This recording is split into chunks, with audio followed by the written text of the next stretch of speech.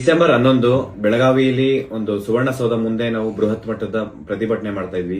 ಈ ಒಂದು ಪ್ರತಿಭಟನೆ ಪ್ರತಿಯೊಂದು ಆಸ್ಪಿರೆಂಟ್ಸ್ ಈ ಒಂದು ಪ್ರತಿಭಟನೆಯಲ್ಲಿ ಭಾಗವಹಿಸಬೇಕು. ಯಾಕೆ ಅಂತಂದ್ರೆ ಸುಮಾರು ವರ್ಷಗಳಿಂದ ಸರ್ಕಾರ ಯಾವುದೇ ನೇಮಕಾತಿ ಮಾಡ್ತಾ ಇಲ್ಲ.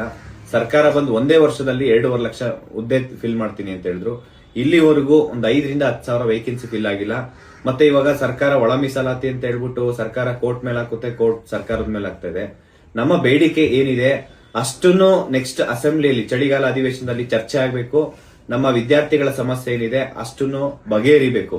ಬಗೆಹರಿಯ ತನಕ ನಾವು ರಾಜ್ಯಾದ್ಯಂತ ಆಲ್ರೆಡಿ ನಾವು ಧಾರವಾಡದಲ್ಲಿ ಪ್ರತಿಭಟನೆ ಮಾಡಿದೀವಿ, ವಿಜಯಪುರದಲ್ಲಿ ಪ್ರತಿಭಟನೆ ಮಾಡಿದೀವಿ, ಎಲ್ಲ ಡಿಸ್ಟಿಕ್ ವೈಸ್ ಪ್ರತಿಭಟನೆ ಮಾಡಿದೀವಿ. ಇವಾಗ ಬೆಳಗಾಂ ಅಧಿವೇಶನ ನಡೀಬೇಕಾದ್ರೆ ನಾವು ಬೃಹತ್ ಮಟ್ಟಕ್ಕೆ ಎಲ್ಲ ವಿದ್ಯಾರ್ಥಿಗಳು ಸೇರಿ ಒಂದು ನಮ್ಮ ಒಂದು ಬೇಡಿಕೆ ಏನಿದೆ ಈಡೇರೋವರೆಗೂ ಪ್ರತಿಭಟನೆ ಮಾಡಬೇಕಾಗುತ್ತೆ. ಈ ಕೂಡಲೇ ಪ್ರತಿ ಒಂದು ಇಲಾಖೆಯಿಂದ ನೇಮಕಾತಿ ಪ್ರಾರಂಭ ಮಾಡಬೇಕು.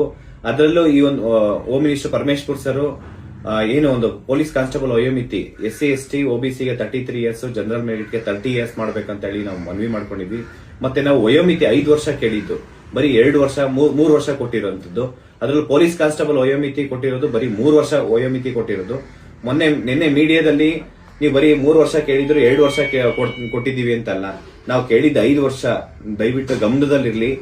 ಅದು ಮಾನ್ಯ ಗೃಹ ಸಚಿವರ ಅಂತ ಹೋಮ್ ಮಿನಿಸ್ಟರ್ ಈ ತರ ಸುಳ್ಳು ಆಶ್ವಾಸನೆ ಕೊಟ್ಟು ಮಾಧ್ಯಮದ ಮುಖಾಂತರ ಸುಳ್ಳು ಹೇಳ್ತಾ ಇದಾರೆ ಅಂತಂದ್ರೆ ನನಗೆ ತುಂಬಾ ಬೇಜಾರಾಗ್ತಾ ಇದೆ. ಯಾಕೆಂದ್ರೆ ವಿದ್ಯಾರ್ಥಿಗಳು ಇವತ್ತು ಮಾನ್ಯ ಮುಖ್ಯಮಂತ್ರಿ ಸಿದ್ದರಾಮಯ್ಯ ಸರ್ ಒಂದು ಲೆಟರ್ ಬರ್ದಿರೋದ್ರಿಂದ ಆ ಲೆಟರ್ ಅಲ್ಲಿ ಎಷ್ಟು ಜನ ವಿದ್ಯಾರ್ಥಿಗಳು, ಸಾವಿರಾರು ವಿದ್ಯಾರ್ಥಿಗಳು ವಾಪಸ್ ಬೇರೆ ಕೆಲಸ ಮಾಡೋದಿರಾ ಈ ಕಡೆ ಪೊಲೀಸ್ ಕಾನ್ಸ್ಟೇಬಲ್ ಆಗಬೇಕು, ಪೊಲೀಸ್ ಆಗಬೇಕು ಅಂತ ಕನ್ಸು ಕಟ್ಕೊಂಡು ಬಂದಿದ್ದಾರೆ.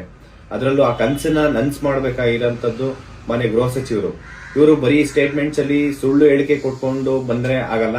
ಇದನ್ನ ನಾವು ಖಂಡಿಸಿ ಇದ್ರ ವಿರುದ್ಧ, ನಿಮ್ಮ ವಿರುದ್ಧ ನಾವು ಪ್ರತಿಭಟನೆ ಮಾಡ್ತೀವಿ ಸರ್. ಯಾಕೆಂತಂದ್ರೆ ಇಲ್ಲಿ ವಿದ್ಯಾರ್ಥಿಗಳು ಎಲ್ಲ ಕಷ್ಟಪಟ್ಟು ಎಲ್ಲ ಕೆಲಸ ಬಿಟ್ಟು ಈ ಕಡೆ ಓದಕ್ ಬಂದಿದ್ದಾರೆ ಅಂತಂದ್ರೆ ಅವರಿಗೆ ನ್ಯಾಯ ಕೊಡಿಸಲೇಬೇಕು. ಇದ್ರ ಜೊತೆಲಿ ಶಿಕ್ಷಣ ಸಚಿವರಾದಂತಹ ಮಧು ಬಂಗಾರಪ್ಪ ಸರ್ ದಿನಕ್ಕೊಂದೊಂದು ಹೇಳಿಕೆ ಕೊಡ್ತಾ ಇದೀರಾ.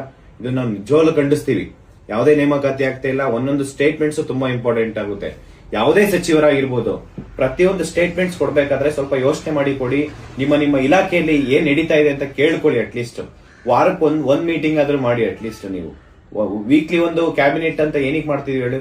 ಎಲ್ಲರ ಸಮಸ್ಯೆಗಳು ಏನಿರುತ್ತೆ ಅದ್ರಲ್ಲಿ ಚರ್ಚೆ ಮಾಡ್ಬೇಕು ಅಂತ ಹೇಳ್ಬಿಟ್ಟು ಆ ಕ್ಯಾಬಿನೆಟ್ ಹೋಗೋದಕ್ ಮುಂಚೆ ಒಂದಿನ ಆದ್ರೂ ನಿಮ್ಮ ಇಲಾಖೆಯಲ್ಲಿ ಒಂದು ಚರ್ಚೆ ಮಾಡಿ, ಮೀಟಿಂಗ್ ತಗೊಳ್ಳಿ. ಆ ಒಂದು ಏನ್ ಆಗ್ತಾ ಇದೆ, ವಿದ್ಯಾರ್ಥಿಗಳ ಕಷ್ಟ ಏನಿದೆ, ಜನಸಾಮಾನ್ಯರ ಕಷ್ಟ ಏನಿದೆ ಚರ್ಚೆ ಮಾಡಿ. ಆಮೇಲೆ ಕ್ಯಾಬಿನೆಟ್ ಹೋಗಿ ನೆಕ್ಸ್ಟ್ ನಾವು ಡಿಸೆಂಬರ್ ಚಳಿಗಾಲ ಅಧಿವೇಶನದಲ್ಲಿ ಬೃಹತ್ ಮಟ್ಟ ಹೋರಾಟ ಮಾಡ್ತೀವಿ. ನಮ್ಮ ಬೇಡಿಕೆ ಈಡೇರಿಸಬೇಕಂತ ನಾನು ಮನವಿ ಮಾಡ್ಕೊಂತೀನಿ. ಎಲ್ಲ ವಿದ್ಯಾರ್ಥಿಗಳು ಈ ಒಂದು ಡಿಸೆಂಬರ್ 11ನೇ ತಾರೀಕು ಈ ಒಂದು ಹೋರಾಟಕ್ಕೆ ಭಾಗವಹಿಸಬೇಕು ಅಂತ ಕೇಳ್ಕೊಂತೀನಿ. Thank you so much. ನಮಸ್ಕಾರ.